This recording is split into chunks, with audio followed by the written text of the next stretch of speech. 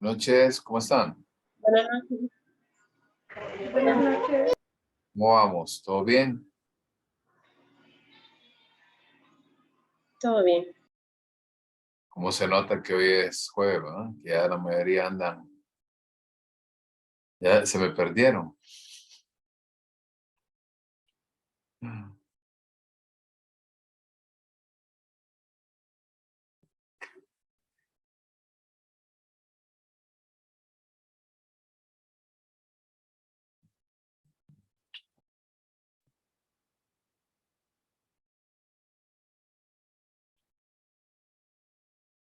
Ok, quiero darles un anuncio. En primer lugar, buenas noches a todos y hacerles el siguiente comentario. Bueno, para empezar, vayan encendiendo sus cámaras para saber que están aquí conmigo.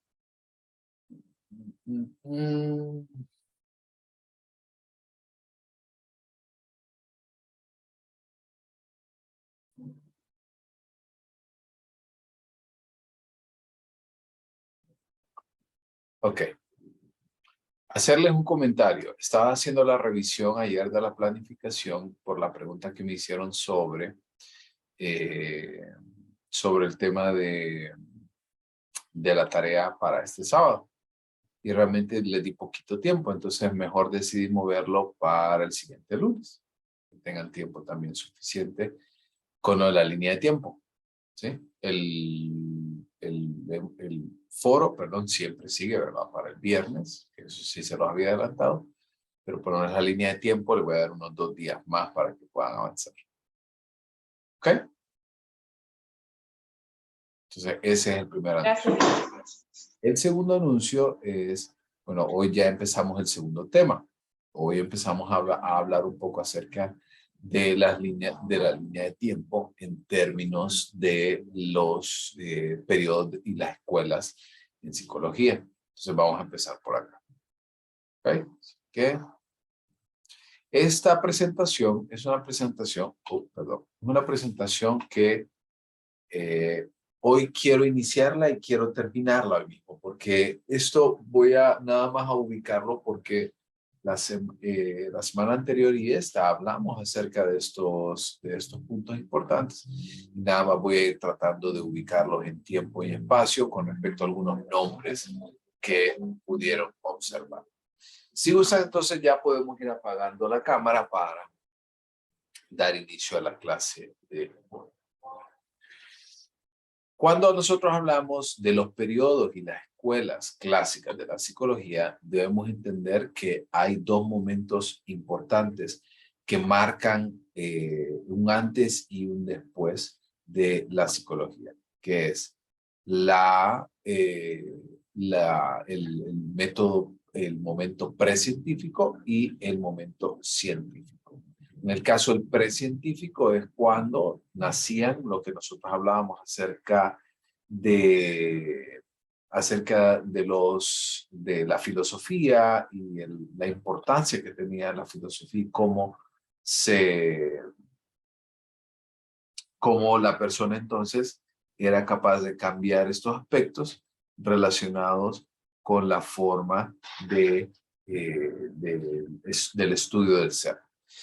Y la parte, el elemento científico, que es cuando ya la filosofía se une con la fisiología, que es el estudio del funcionamiento del cuerpo humano, y el responsable es Wilhelm Wundt, que ya habíamos hablado, y su laboratorio experimental en Leipzig.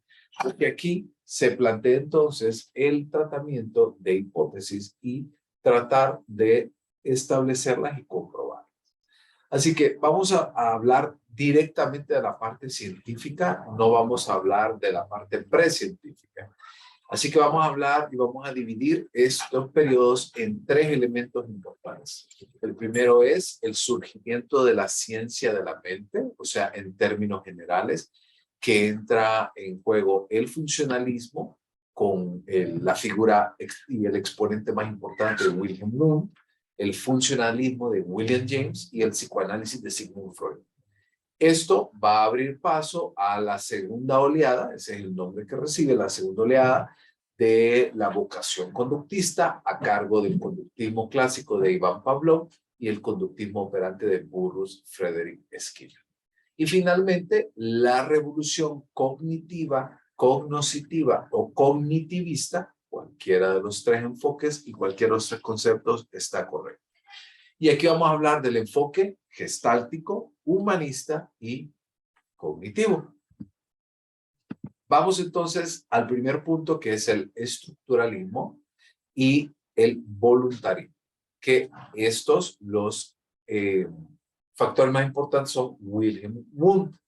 1879 es el año y el lugar, Leipzig, Alemania, donde el primer laboratorio de psicología entra en acción. Y lo que se trata de evaluar en estos momentos es la atención selectiva, las intenciones y los motivos de las personas. Recordando que este es el primer momento que separa la situación precientífica y nos va a permitir entonces medir y experimentar, recordando que este era un fisiólogo, no un psicólogo. Wilhelm Wundt destacaba mucho el valor de la experiencia previa de los individuos. Eso quiere decir que a partir de los aprendizajes adquiridos con anterioridad, entonces la persona era capaz de poder resolver y de poder entender muchas condiciones. También le dieron la importancia y fueron los primeros en estudiar la conciencia, pero la conciencia literalmente como nosotros la entendemos, o sea, en el aquí y el ahora, hablando de sensaciones, sentimientos o imágenes. Y denominaron entonces a la psicología contemporánea, que se enfocó sobre todo en la sensación y percepción, que ese va a ser el tema que vamos a observar también en la unidad 1.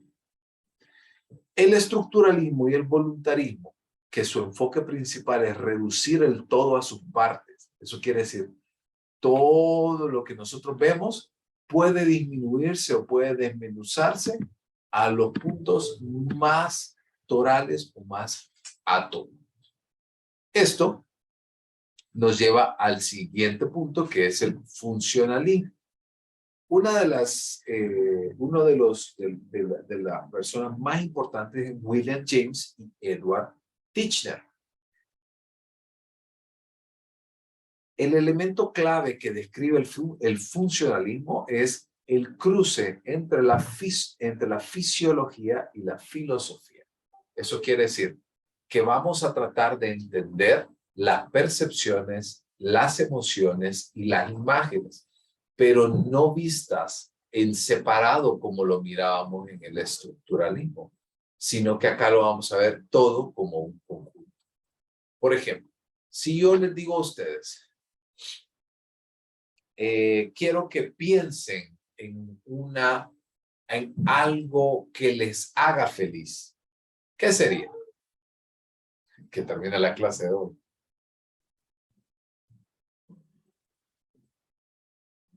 ¿Qué sería? ¿Qué les pone a ustedes feliz?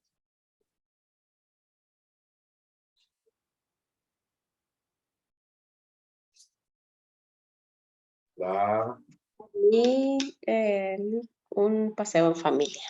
Un paseo familiar.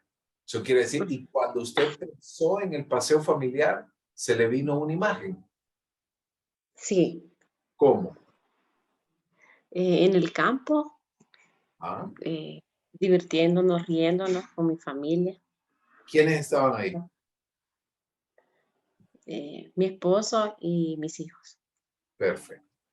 Entonces, ustedes ven, en el caso del funcionalismo, habla acerca de lo mismo del estructuralismo, pero el funcionalismo no lo separa, sino que más bien integra todo y le da un aspecto importante de la continuidad de la conciencia, porque explora y entiende que la conciencia no es solamente lo que nosotros vivimos en la actualidad, sino que nosotros estamos pensando constantemente en el pasado y en el futuro. Pregunta, ¿quién está pensando ahorita en qué va a comer? La verdad. Te viene y dice, puchica, ya me quedó un pollito de ayer, un pollito del almuerzo, Ay, esto yo lo hago ahí, una tortilla de harina ahí medio frita. ¿Sí o no? Sí, Lick. ¿Qué vamos a cenar? ¿Qué van a hacer de cena? Bueno, yo voy a contar, pero, o sea, yo ya comí, pero estoy pensando en hacerme un licuado. Ok. Entonces, si ustedes ven, entonces el funcionalismo entiende que no solamente es lo que nosotros estamos viviendo en el aquí y el ahora, la conciencia, sino que nuestra conciencia también se puede expandir a otros momentos, a otros lugares también, en el pasado o en el futuro. Incluso por ahí el tema de física cuántica habla de esto, de que nosotros somos partículas en movimiento y que simplemente nos convertimos en la realidad que somos capaces de entender. También le otorga un papel predominante al aprendizaje y explican que el aprendizaje es todos aquellos intentos que nosotros desarrollamos de manera deliberada para tratar entonces de aprender una conducta. Y que cada intento que nosotros hacemos se vuelve más fácil.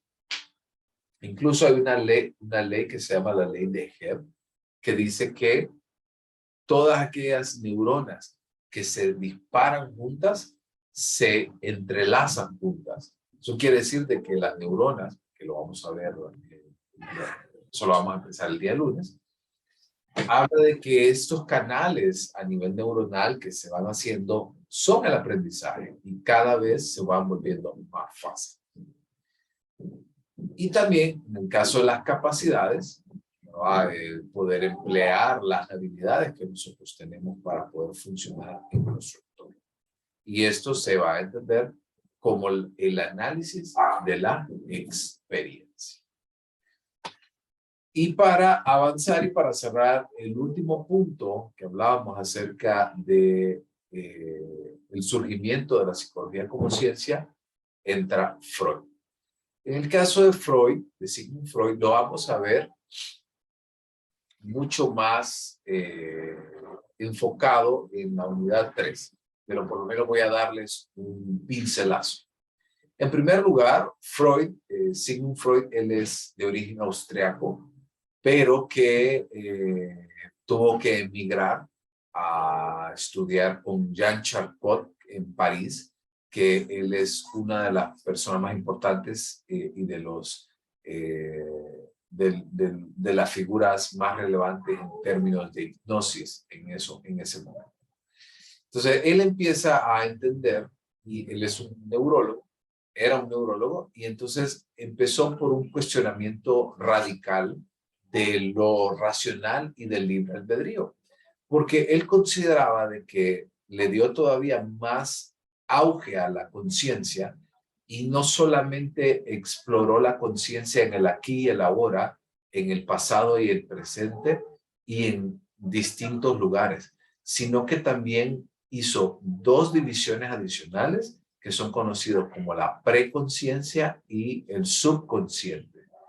Y Freud plantea de que la racionalidad y el libre albedrío no existen, sino que nosotros somos esclavos de nuestros propios instintos que están alojados en que están alojados en el inconsciente. Y esto nos lleva a que repitamos conductas una y otra vez. En el caso del aparato psíquico estratificado, denomina que nuestro estado de conciencia, que es conciencia, preconciencia y el subconsciente, van a dividir nuestro aparato psíquico, o sea, nuestra personalidad. Y a partir de ello van a surgir tres estructuras de personalidad importantes, que son el yo, que es el que nosotros conocemos como la realidad. Luego el ello, que es aquello instintivo, aquello que busca constantemente placer. Y el super yo, que habla acerca de la rigurosidad y de la... Estas estructuras de personalidad, junto al aparato psíquico estratificado, los estados de conciencia, dieron una de las primeras guías para el tratamiento de pacientes con enfermedades que eran conocidas como fisiopatologías, o sea que eran enfermedades que tenían una radicación en el cuerpo, pero que no encontraban el motivo por el cual estaban enfermos. Y se pasó de fisiopatología a psicopatología.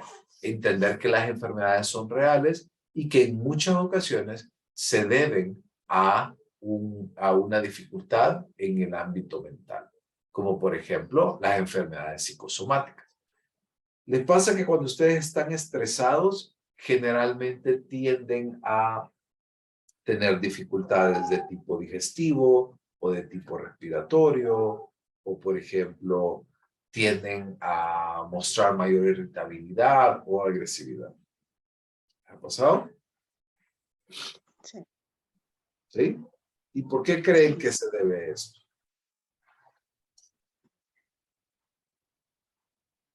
Por el estado en que nos sentimos. Sí, sí, pero también se debe mucho a que nuestra mente, al estar bajo tanto estrés, al estar bajo tantas situaciones, nos lleva a que realmente tengamos estas condiciones y nuestro sistema inmunológico decae. Y esto, como les decía, es uno de los primeros intentos que realiza la comunidad científica por dar un tratamiento a estas personas. Para enfocar un poquito el estructuralismo, habla de la introspección y la autoobservación. El funcionalismo habla del laboratorio y el psicoanálisis del diván. El diván, que se entiende como la figura más, ¿cómo se llama? La figura más emblemática del psicoanálisis. ¿Saben cuál es el diván? ¿Sí, verdad? Es una pieza, es un mueble para el tratamiento de enfermedades psicológicas. ¿Dudas con este primer bloque?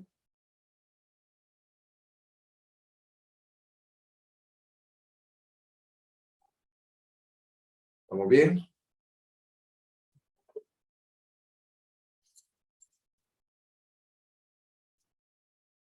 ¿Dudas? Si no hay dudas, bueno, díganme.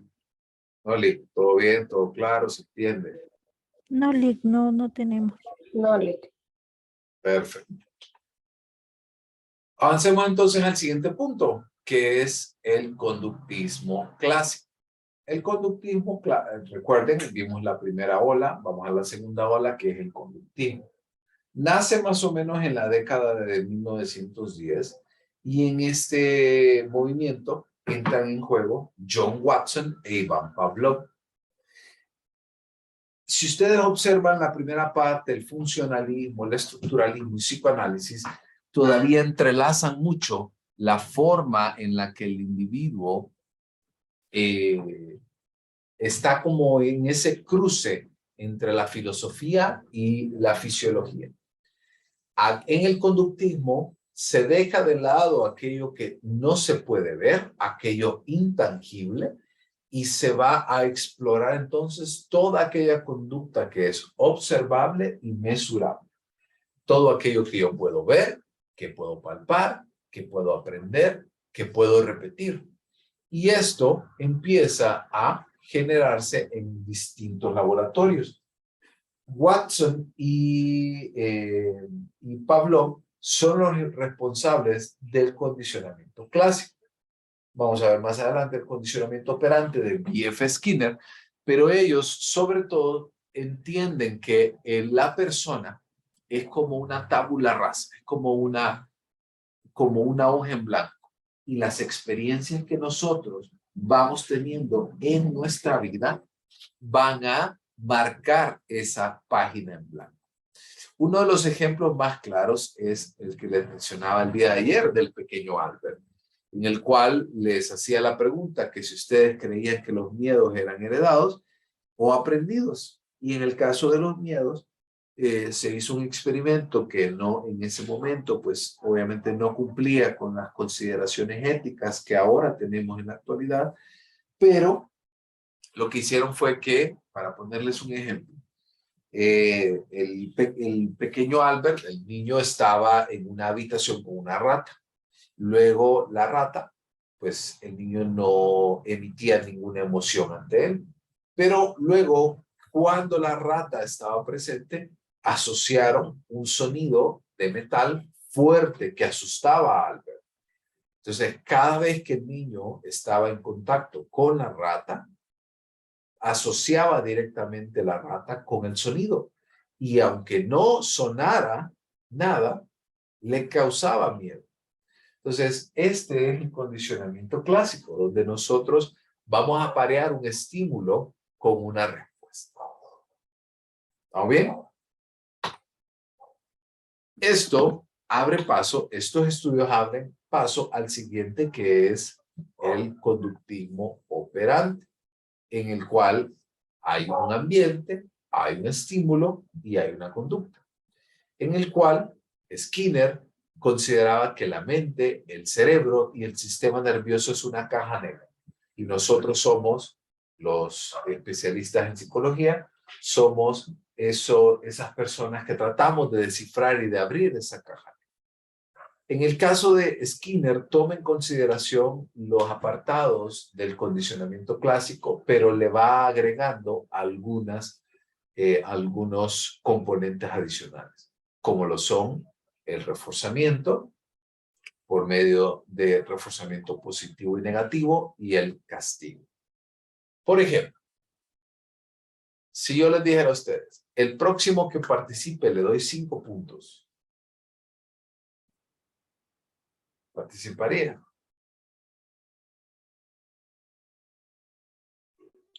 Sí, Eric. Claro. Sí, ¿verdad? Sí. Porque vengo yo y le estoy ofreciendo algo, que le voy a dar algo. Ese es un reforzamiento positivo. El reforzamiento negativo es que yo le diría, al que no participe le voy a quitar 5 puntos. O sea, en este caso, en ambos sentidos, yo quiero que participen. Pero en ambos casos hay vías distintas. En uno yo le doy y en otro usted hace por miedo a que le quite.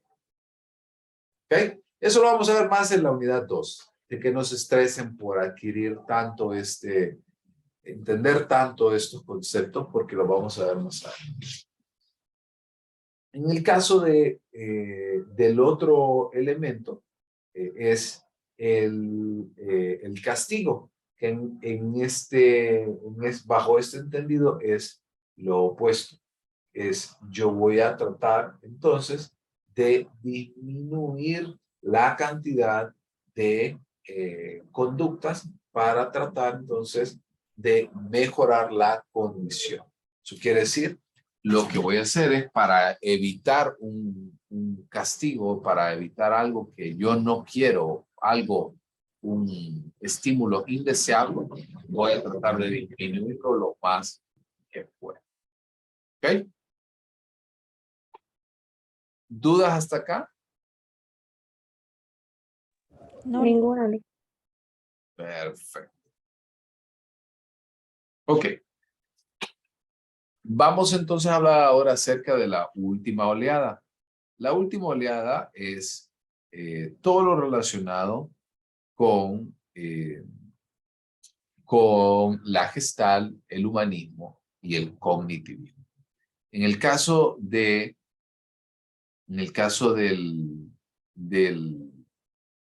la primera parte, que es la Gestalt, hay algunos autores importantes como Max Wertheimer o Wolfgang Kohler y Kurt Kafka. Todos estos autores, ¿verdad?, se enfocaron principalmente en tratar de entender la psicología como una psicología antigua y que tiene un carácter atomicista, o sea, un carácter que se puede distinguir desde las unidades más pequeñas y más específicas como lo son los átomos. La Gestalt habla acerca de una entidad específica, concreta y organizada como un modelo o forma definida. Eso quiere decir que cada persona es distinta, cada persona tiene sus propios rasgos, su propia personalidad y va a depender mucho también de la percepción, el aprendizaje, pensamiento y su propia conducta social. O sea, hace referencia a cómo el individuo trabaja, cómo mejora, cómo, cómo va funcionando en este sentido para poder trabajar y poder ampliar dicha conducta. La Gestalt sirvió como uno de los precursores del enfoque cognitivista que vamos a ver después de... No, me lo voy a saltar de una vez al cognitivismo. Y el cognitivismo entonces plantea que nosotros no somos personas, como seres humanos no somos personas que no sentimos, no es eso, sino que lo que nos causa mucho malestar y muchas dificultades está relacionado con la forma en la que nosotros pensamos sobre esto. Y hay muchos autores como Víctor Frank que habla acerca de la logoterapia. Ya voy a regresar a Albert Ellis. En el caso de Víctor Frank, él fue un médico y fue una de las personas que trabajó bueno, que fue sobreviviente del Holocausto en la Segunda Guerra Mundial. Y logoterapia habla acerca de encontrar un motivo por el cual mantenernos vivos y que generalmente vamos a tratar de hacer todo lo posible por cambiar y por mejorar dichas condiciones. Que cada acción y que cada elemento que nosotros vamos a hacer y todo lo que nos mantiene vivo es ese propósito. Albert Ellis, que es conocido como el padre de la psicología cognitiva, se enfoca sobre todo en el modelo conocido como el modelo ABC. El modelo ABC hace referencia a que nosotros vamos a enfocarnos en que hay ciertas acciones que van a depender de nuestro pensamiento, que no son las situaciones realmente las que nos causan malestar, sino lo que nosotros pensamos sobre estas situaciones. Algunos otros autores como Salvador Minuchin, que se enfocó, habla del enfoque sistémico, que nosotros como personas no funcionamos en el vacío, sino que funcionamos en una familia, en un barrio, en una colonia, en una comunidad, en un país, en una cultura, y que nosotros adquirimos todas estas habilidades. Marshall Linehan, que habló también de la terapia dialéctica intelectual, que es que nosotros vamos a poder entender nuestra propia conducta a través del diálogo socrático. Eso quiere decir tratar de generar preguntas que nos lleven a estar constantemente pensando sobre lo que queremos hacer, lo que nosotros queremos cambiar y mejorar. Y finalmente, la terapia de Stephen Hayes, que es la terapia de aceptación y compromiso, que habla que nosotros no somos seres humanos perfectos, que tenemos muchas fallas, pero el primer paso por alcanzar el equilibrio y la homeostasis es aceptar que las fallas son normales, que son parte del proceso, pero comprometernos a cambiar estas cuando van en detrimento de nuestro funcionamiento. Y me regreso al segundo enfoque de la tercera oleada, que es el humanismo. Las dos figuras más importantes, Abraham Maslow y Carl Rogers, los cuales vamos a ver a la unidad 3, si no me equivoco, se enfocan sobre todo que la persona, incluso el enfoque humanista, es la base de la teoría del positivismo, porque plantean que el humano tiene un potencial innato, tiene un potencial que necesita alcanzar, pero sobre todo este potencial no lo alcanza la persona porque no es capaz de poder ver más allá de su propio funcionamiento. Y en muchas situaciones lo que ocurre es que los trastornos como tal que nosotros conocemos no son trastornos, sino que son formas inefectivas de vivir. Carl Rogers y Maslow hicieron aportes increíblemente valiosos, los cuales desde la década de los 50 a la actualidad todavía siguen siendo vigentes en términos de motivación y en términos de emociones, los cuales, como les digo, vamos a verlo en la unidad número 3. También ellos desarrollaron un estudio de personalidad y el desarrollo de la psicoterapia humanista y se basó sobre todo, en el caso de Maslow, en la jerarquización de necesidades y la aceptación positiva y condicional en el caso de Rogers. Voy por partes. Ese triángulo, esa pirámide que ustedes ven por ahí, esa es la pirámide de jerarquización de necesidades de Maslow. Se basa en 5 niveles y estos niveles son, el primero, el más básico, que son las necesidades fisiológicas que nosotros debemos de resolver, como por ejemplo, comer, beber, sexo, dormir, entre otras cosas. Luego tenemos las necesidades de seguridad, como tener una casa, tener planes. Luego la tercera, que es la necesidad de estima, que es pertenecer a un grupo social, pertenecer a una comunidad. El cuarto, que tiene que ver con los procesos de aceptación a esas comunidades. Y finalmente, la última, que es la autorrealización, que es lograr vivir todo lo que, no, mejor dicho, lograr vivir en el potencial de lo que nosotros queremos y podemos. Y en el caso de Rogers, que habla acerca de la aceptación positiva incondicional, es que no importa lo que nuestro paciente haga, nosotros siempre debemos mostrarle suficiente aceptación, porque en medio de la aceptación es que va a ocurrir el cambio. ¿Claros? ¿Dudas por acá? No, ¿No? Está bien. Perfecto. Ok.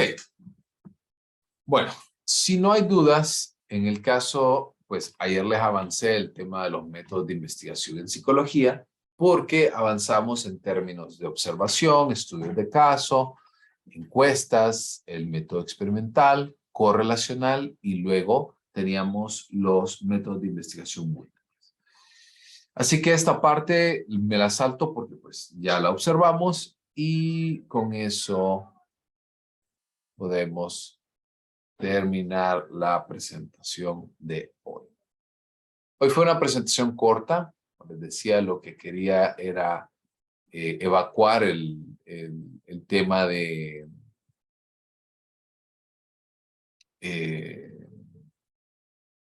¿cómo le puedo decir?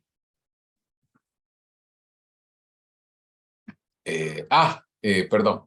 Les decía que tratábamos de enfocar esto porque esto va a ser necesario para poder finalizar la tarea que van a presentar entonces la próxima semana. ¿Preguntas? ¿Todos claros? Bueno. Sí, Lick, solo una consulta. La línea de tiempo le puso, bueno, se cerraba para el 24, me había fijado, pero ahora está para el 26. Yo les dije ahorita al inicio de la clase que amplié la entrega para que ustedes tuvieran un poquito más de tiempo de entregar. Ah, ok. Ok, les voy a ir pidiendo que vayan encendiendo su cámara para poder despedirlos. Les aprovecho y les mando el enlace de la lista de hoy. ¿Ok? Y con eso entonces doy por cerrada la clase de hoy. La próxima semana nos vemos el día lunes. El lunes recuerden que mañana no tenemos porque ustedes van a trabajar ya en la línea de tiempo. La próxima semana recuerden que para el miércoles, si no me equivoco, tienen la guía de bases biológicas de la conducta. Vayan avanzando. No es una guía tan fácil. Vayan avanzando. El lunes iniciamos ya oficialmente con ese tema, el de guía el de las bases biológicas de la conducta. Y ese ya es el tercer tema de la primera unidad. ¿Ok? Así que no se duerman, vayan avanzando, bajen y sobre todo no pierdan el dedo del reloj. Yo sé que 7 de la noche ya están en tiempo extra, ya quisieran estar más bien pensando en otras cosas, pero no quiten el dedo del reloj. Vamos a continuar por aquí hasta que finalicemos por allá en diciembre. ¿Ok? Perdón, y lo del foro comentó de la fecha, no lo escuché muy bien. No, el foro siempre se mantiene para el sábado. Ah, bien, gracias. Listo. Ok. Entonces, si no hay más dudas, les deseo un buen fin de semana. Aprovechen su tiempo, disfruten, descansen. Sé que es una hora medio complicada. Sin embargo, traten de ser lo mejor posible. Y cualquier situación, me escriben ahí al correo y nos vemos el lunes en clases. Gracias y feliz noche. Buenas Gracias. noches, Lick. Buenas noches, Lick. Gracias. Buenas noches, Nick.